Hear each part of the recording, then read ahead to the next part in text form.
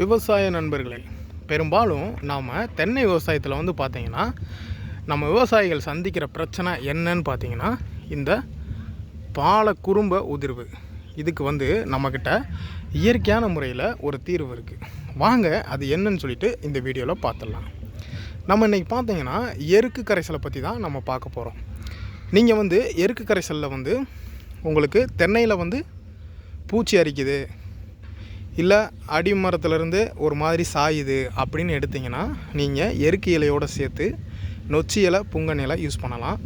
அப்படி இல்லை எனக்கு குறும்பை மட்டும் உதிருது, நம்ம அதுக்கு வந்து என்ன தீர்வு, குறும்பை உதிராமல் இருக்கிறதுக்கு என்ன தீர்வுன்னு பார்த்திங்கன்னா ஒரு 200 லிட்டர் ட்ரம்மில் 20 கிலோ எருக்கு இலையை போட்டு நீங்கள் ஊற வைங்க. எத்தனை நாள்னால் ஒரு 7 நாள் ஊற வைங்க. அது கூட சிறிதளவு நாட்டு சக்கரை சேர்த்துக்கோங்க, சரிங்களா?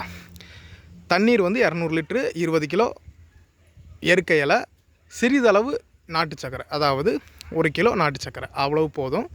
இது எதுக்குன்னு பார்த்தீங்கன்னா ஃபர்மெண்டேஷனை வந்து அதிகப்படுத்தி கொடுக்கும், ஃபெர்டிலிட்டி தன்மையை வந்து அதிகப்படுத்தி கொடுக்கும், காயை வந்து நிலைப்புத்தன்மையோடு இருக்க வைக்கும். இந்த மாதிரி குறும்பை வந்து உதிர. இந்த மாதிரி இயற்கை விவசாய ரகசியங்களுக்கு நமது தமிழ் நேச்சர் சாயில் சீக்ரெட் சேனலை வந்து சப்ஸ்கிரைப் பண்ணுங்கள், லைக் பண்ணுங்கள். நன்றி, வணக்கம்.